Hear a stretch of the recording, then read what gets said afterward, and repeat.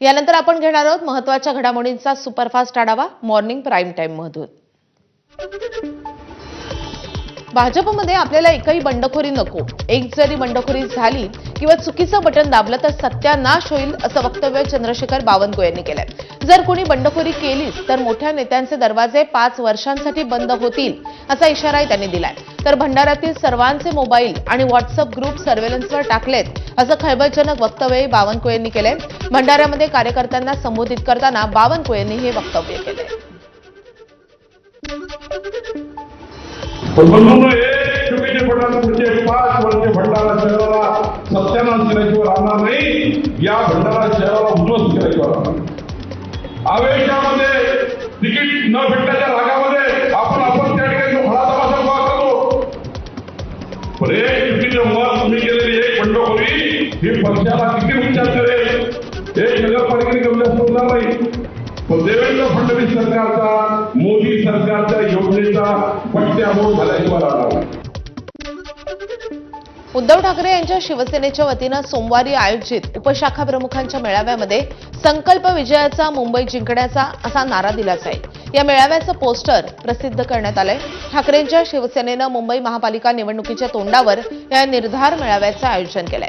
आगामी मुंबई महापालिका निवडणूक जिंकण्याच्या दृष्टीनं उपशाखा प्रमुखांच्या फळीमध्ये चैतन्य निर्माण करणं हे या मेळाव्याचं उद्दिष्ट आहे।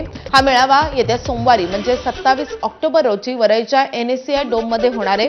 या मेळाव्यामध्ये मतदार याद्यांच्या मुद्द्यावर पक्षप्रमुख उद्धव ठाकरे हे आपल्या उपशाखा प्रमुखांना मार्गदर्शन करतील। मुंबई महानगरपालिका निवडणुकीसाठी एकनाथ शिंदेंच्या शिवसेनेकडून रणशिंग फुंकण्यात आलाय। डोर टू डोर प्रचारासाठी महिला आणि पुरुष रिक्त गटप्रमुखांची यादी विभाग प्रमुखांकडून पक्षाकडे जमा करण्यात आली आहे। डोर टू डोर प्रचारासोबतच लक्षवेध आणि आनंद दिघे कल्याणकारी योजना या माध्यमातून शिंदेंकडून दिवाळीनंतर हायटेक प्रचार केला जाईल। वॉर्डामधल्या मतदार पक्षांकडे वळवण्याची जबाबदारी विभाग प्रमुख आणि शाखा प्रमुखांची राहील। लवकरच एकनाथ शिंदेंकडून महापालिका निवडणुकांच्या पार्श्वभूमीवर गटप्रमुख मेळावाही घेतला जाईल। काँग्रेसचे माजी आमदार मधुकर बेदरकर यांचा मुलगा नितीन बेदरकरसह शिंदे शिवसेना आणि राष्ट्रवादीच्या शेकडो कार्यकर्त्यांनी भाजपमध्ये प्रवेश केलाय। महसूल मंत्री चंद्रशेखर बावनकुळे, गृहराज्यमंत्री पंकज भोयर यांच्या उपस्थितीमध्ये भंडाऱ्यामध्ये हा पक्ष प्रवेश पार पडलाय। आगामी महापालिका आणि नगरपालिका निवडणुकीच्या अनुषंगानं भाजपमध्ये झालेला हा पक्ष प्रवेश महत्त्वाचा मानला जातोय।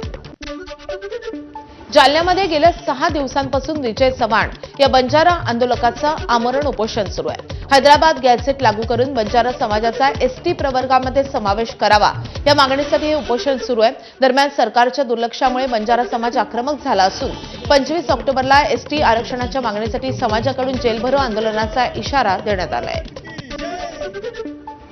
जालना येथे एका स्टील उद्योजकावरती दुचाकीवर आलेल्या 4 ते 5 जणांच्या टोळक्यानं हल्ला केल्याची घटना घडली आहे। जालना शहरामधल्या संभाजीनगर परिसरामध्ये उद्योजक यश मित्तल हे आपल्या पत्नीसोबत कारनं जात असताना अज्ञात आरोपींनी त्यांची कार अडवून त्यांना लाथाबुक्क्यांनी मारहाण केली आहे। यातील एका आरोपीनं त्यांच्या डोक्यामध्ये रस्त्यावरील पेवर ब्लॉक फेकून मारलाय।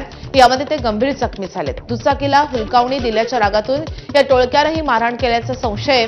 या प्रकरणी सदर बाजार पोलीस ठाण्यामध्ये अज्ञात 4 आरोपींच्या विरोधात गुन्हाही दाखल झालाय। मुंबईच्या कांदिवली पश्चिम परिसरामध्ये भाजप कार्यकर्त्याच्या मुलावर जीवघेणा हल्ला झालाय। इमारतीबाहेर फटाके फोडत असताना 4 लोकांकडून लाठीकाठीने मारहाण झाली आहे। किरकोळ कारणावरून 4 जणांनी हा हल्ला केल्याची माहिती आहे। तसंच या प्रकरणी कांदिवली पोलिसांनी हल्ला करणाऱ्या 4 विरोधात गुन्हा दाखल करून त्यांना अटक केली आहे। हल्ल्यामागील कारणाचा पोलिसांकडून तपास सुरू आहे।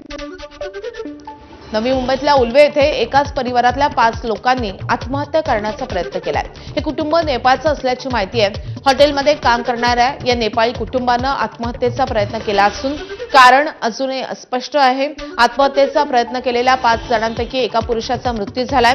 4 जणांवर वाशी रुग्णालयामध्ये उपचार सुरू आहेत। यामध्ये 2 लहान मुलं, 1 महिला आणि एका पुरुषाचा समावेश आहे।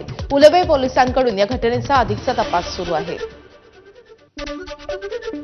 पुण्यामधल्या भेकराई नगर ते भोसरी रूटवरच्या PMPML बस चालकाची मुजोरी पाहायला मिळते। क्षुल्लक कारणावरून PMPML बस चालकानं एका व्यक्तीला शिवीगाळ करत थेट बसमधून उतरून त्याला कानशिलात लगावली आहे। या प्रकारामध्ये त्या व्यक्तीचा चष्माही तुटलाय. एवढ्यावरच तो थांबला नाही तर बसमध्ये नेत त्या व्यक्तीला मारहाणही केली आहे. या घटनेचा व्हिडिओ सोशल मीडियावर व्हायरल होताच नेटकऱ्यांमध्ये चांगली संतापाची लाट उसळली आहे. दरम्यान या घटनेनंतर अशा गुंड प्रवृत्तीच्या बस चालकावर कठोर कारवाई करण्याची मागणी होतीये.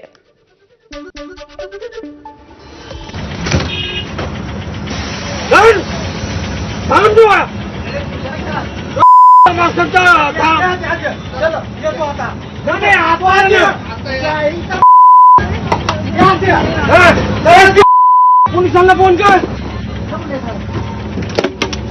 पुन्हा पोलिसाला पोलिसाला चला आपले तू चष्मा फोडला. माझा चष्मा फोडला. चला चला आज गेला आज गेला पोलिसांना शांती राख ना.